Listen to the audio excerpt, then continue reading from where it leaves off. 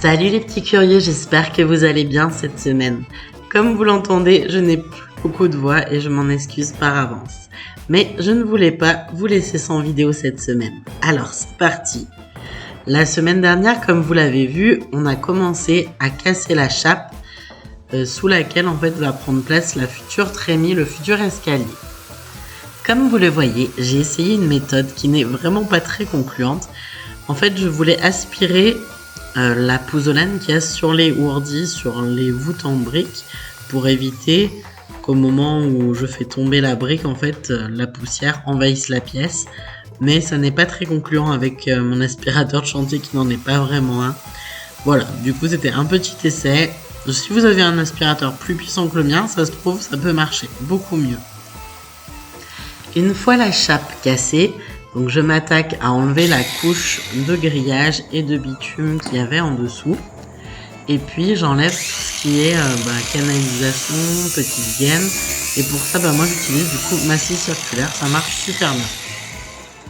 Une fois l'espace dégagé des tuyaux, des gravats au maximum, je m'attaque à couper le plancher. Alors pour ça, ce que je fais, c'est que je mesure en fait où sont les poutres et ensuite je viens découper à la scie sauteuse de manière régulière en fait tout le long du plancher pour pouvoir les enlever. Et ensuite, j'enlève le plancher. Alors soit je m'aide avec mon burin, soit je le fais avec le pied de biche. Enfin voilà, j'essaye de faire la meilleure méthode possible pour moi. Après, j'ai vu des hommes arrivent à le faire avec le pied de biche en enlevant toute la latte au complet. Clairement, moi, je n'y arrive pas. Tant qu'elles sont bloquées les unes contre les autres, pour moi, ça n'est pas possible physiquement.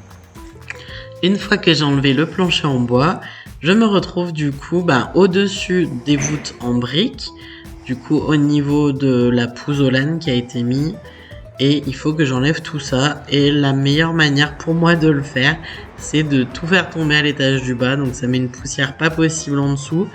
Mais voilà, pour moi c'est la manière la plus simple de le faire. Si vous le faites par en dessous, vous allez tout vous prendre dans la figure.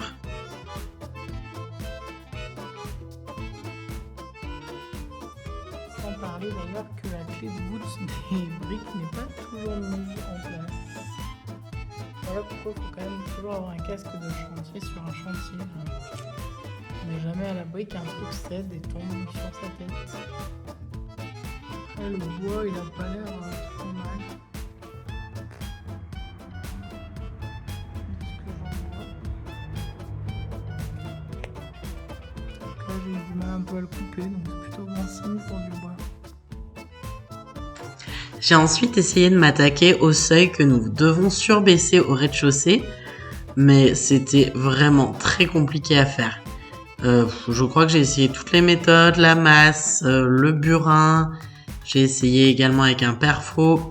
Moi j'arrive juste à faire quelques trous et je n'ai pas réussi à aller plus loin. Du coup on a décidé de faire appel à un professionnel. Le but ça n'est pas forcément de vider mon énergie juste sur ce seuil là. Physiquement, moi, j'en suis pas capable et il faut que le seuil soit coulé la semaine prochaine. Donc, on demande au maçon qui va couler le seuil de venir le casser également.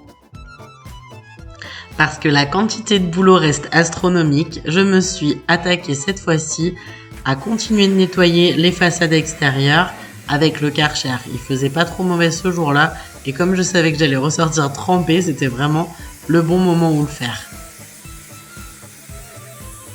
Je pense que quand on est en auto-rénovation, c'est aussi hyper important d'alterner les tâches pour ne pas se faire mal, ne pas se lasser trop, parce que là j'avoue que la démolition ça va faire 1 mois et ça commence à être fatigant et long.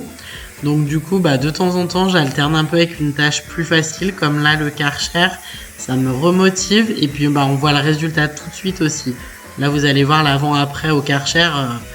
Voilà, il n'y a rien à dire, ça se voit directement, donc c'est quand même vraiment satisfaisant. Et ça permet de montrer qu'il y a des choses qui avancent, comme la démolition, c'est quelque chose d'un peu laborieux et qui donne pas tout de suite l'impression d'avoir vraiment avancé. Là au moins, le résultat est là à la fin directement.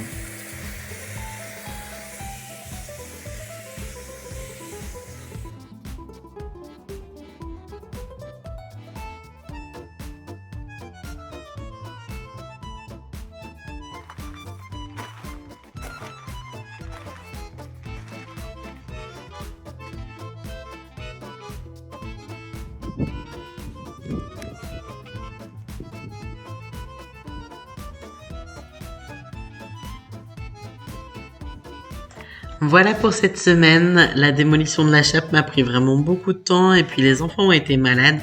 Du coup, j'ai moins avancé que les autres semaines, c'est clair. C'est comme ça, on continue, on est motivé et on vous dit à la semaine prochaine pour voir la suite de l'avancement. Si la vidéo vous a plu, n'oubliez pas de mettre un petit pouce levé et d'ajouter un commentaire. Et si ça n'est pas encore fait, abonnez-vous.